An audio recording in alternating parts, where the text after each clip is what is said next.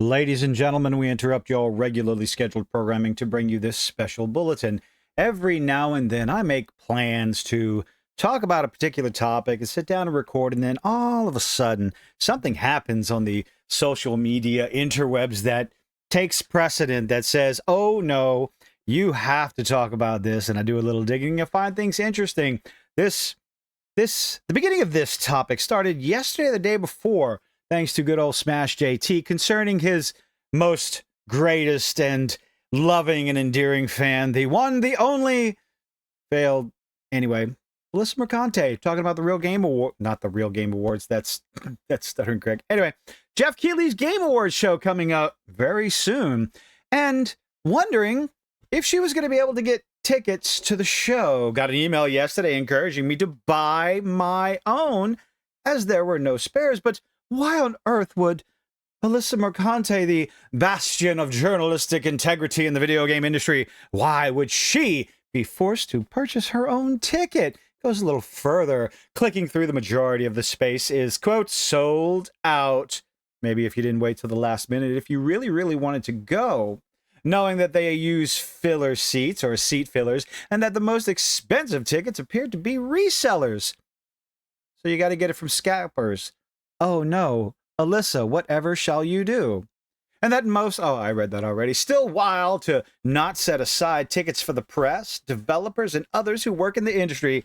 Well, I do believe, Alyssa, that they did set aside tickets for the press, developers, and others who work in the industry that they wanted to be there. Now, why on earth would I say that? Why wouldn't the lovely and wonderful and full of integrity, because I can't think of another word, Alyssa Mercante not be welcome back to the Game Awards? I can't imagine. This was talked about by, again, Smash JT, big fan of Alyssa's. Back in 2024, Meltdown at the Summer Game Fest. Oh, whatever did she do? I'm not playing this video again because we all know what she said. At least most of us do. She had a little bit of a meltdown about critics in the gaming industry. We don't want you around if you're going to be a see you next Tuesday.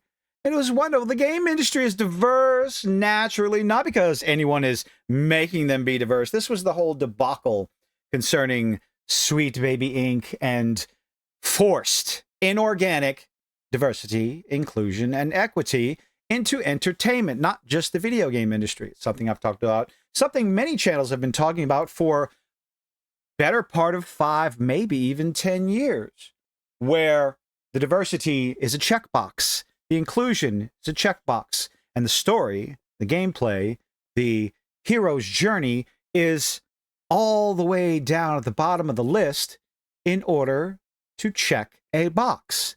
And 9 times out of 10, well, hell no, actually 10 times out of 10, the product is either mediocre at best or astronomical pile of garbage. But oh no, good old Alyssa Mercante, she doesn't take criticisms very well, lashes out every single chance she gets, and it would appear, since she's not getting a personal invitation to the Game Awards, what happens the very next day at The Guardian? Because, you know, Alyssa's got to find work somewhere out there. Heaven forbid she goes back to sex work, as she puts it. A good old hit piece comes out on The Guardian, dated, oh, look at that, today, Tuesday, November 11th, by the lovely, the wonderful, the oh-so-talented Alyssa Mercante. A lovely little hit piece on Jeff Keighley. We were effectively props, young stars of the game development feel let down by the gaming Oscars, announced in 2020 by the Game Awards as an inclusive program. There's no Emmy at the end of it. It's a program. P-R-O. I know how to spell. Why are we adding shit to words? For the industry's next generation, the Future Clash initiative has now been discontinued. There's some interesting reasons, interesting speculation in this article as to why, but hey, let's check it out. Inductees described clashes with organizers and a lack of support from the beginning, and yet I don't remember hearing anything about it for the past 5 years until now, till Alyssa went on a little witch hunt to find people upset about it. Video games have long struggled with diversification and inclusivity. No, they haven't. I'm sorry. You can't tell me that. I've been playing video games since I was 8 years old. You do the math. 51. And never really seen an issue. Maybe it's because, nostalgia, blinders, or whatever. I just played video games to have fun. Maybe it was just because I wasn't paying attention to the checkboxes. I was looking for games to be fun. So this idea, if it has struggled with it, the problem that is happening now. Let's give it the benefit of the doubt. The gaming industry has been struggling with diversity and inclusion. Okay, so what do? What is the cause of this? Maybe it's just because the people you're looking to diversify and inclusify your industry aren't interested in your industry. So you go hire activists off the street who have absolutely no talent in writing, in programming, in actually developing these games and progressing a story and building a world, but they're there to check a box. They're hired. They're cast, as Gary puts it. They're not hired for a role. They're cast for a role to make them look good, to make the studio look good, to impress and pat each other on the back behind the scenes. And what ends up happening is, well, the end product is hot garbage, at least for the most part, from what I've seen. I spend more time buying and playing indie games, AA games. I haven't been all that interested in the AAA studios in quite some time, maybe one here or there, when there was nonstop deluge of video games I was interested in, never had the money. Now I spend $5, $6, $7 on a game and I get 10, 12 hours of enjoyment of it. I don't have to worry about it. Quite fun, quite entertaining. And I move on to the next gem, the next diamond in the rough that I find. But let's see with the article. Video games have long, blah, blah, blah, blah, blah. Word salad. So it is no surprise when the Game Awards host, producer Jeff Keighley, announced the Future Class program in 2020. Its purpose was to highlight a cohort of individuals. Why on earth would you use cohort? That has not so positive connotations. But anyway, individuals working in the video games as the bright, bold, and inclusive future of the industry. Little side thing that Jeff Keighley, the widespread reach of Jeff Keighley's show, definitely has some wide reach. He's showcased quite a few indie gems, but he always has his friends on there. Not the real problem with that. He supports it, he produces it, he pays for it. It's his show. But second year in a row, for some reason, the Future Class has not announced a new cohort, but we're using that word. It's so very strange. It's a strange word for me to use in an article where you're talking about positive people. I don't know. I don't see cohort as like a cohort. When you have a cohort, I think a partner in crime. But what do I know? There are usually 50 inductees across various game industry disciplines, including writing, development, journalism, and community management. Why on God's green earth would you care about supporting community management that they generally have nothing to do with the game? They run the Discord server or the Reddit server thing. Why are we showcasing community managers? Most of them end up being, well, activist twats. I don't know. Again, maybe just me. As reported by game developer, organizer Emily Weir, confirmed they are not planning a new Future Class for 2025 and do not have any active programming plans for Future Class. Why on earth would they not do this? Perhaps it's not financially beneficial. Well, apparently, after Melissa talks about some of the struggles in the beginning, having people fly in, they have to pay for their own flights, and they're meeting at Starbucks. They're not put up in hotels up until, I believe it says 2023.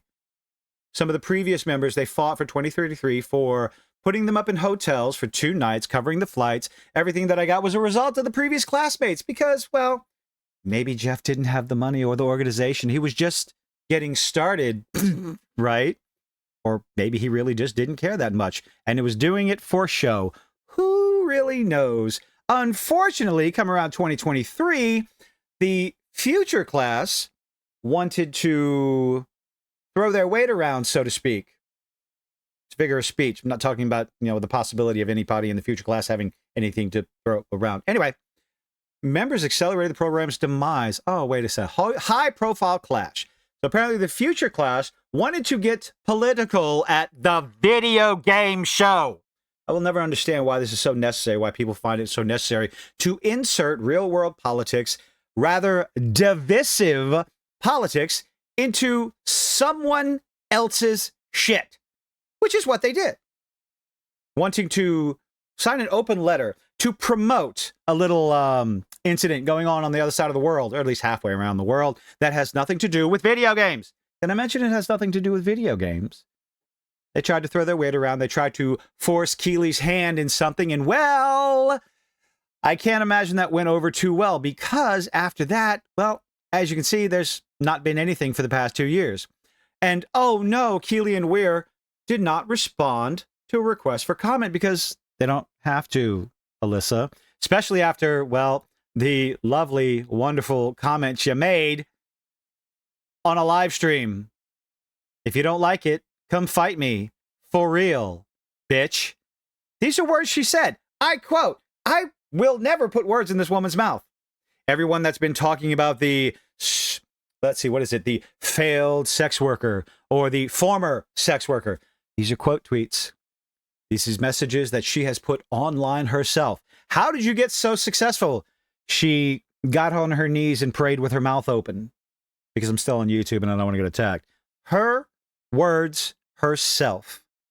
But they were jokes. She still said them. But a little bit extra came across with the video game awards that I just find absolutely so hilarious, especially since it concerns good old Smash JT, who Alyssa is a big, massive, wonderful fan of. And we'll get to that and we'll leave it there. Because apparently, Smash got invited to the Game Awards. And there's a few people that are saying, don't go, don't go, don't go. It's like, no, Smash, if you happen to see this video and get this far, thank you very much. First of all, thank you everyone for making it this far. Hit that like button, hit that subscribe if you do so choose to. I wonder what I sound like on 1.5 speed. I already talk fast enough. Anyway, Smash, you need to go. You absolutely need to go. You've been accused of being a no talent, no video game playing grifter for so long. Embrace it. You have the opportunity to show up on camera just once, even if it's just once.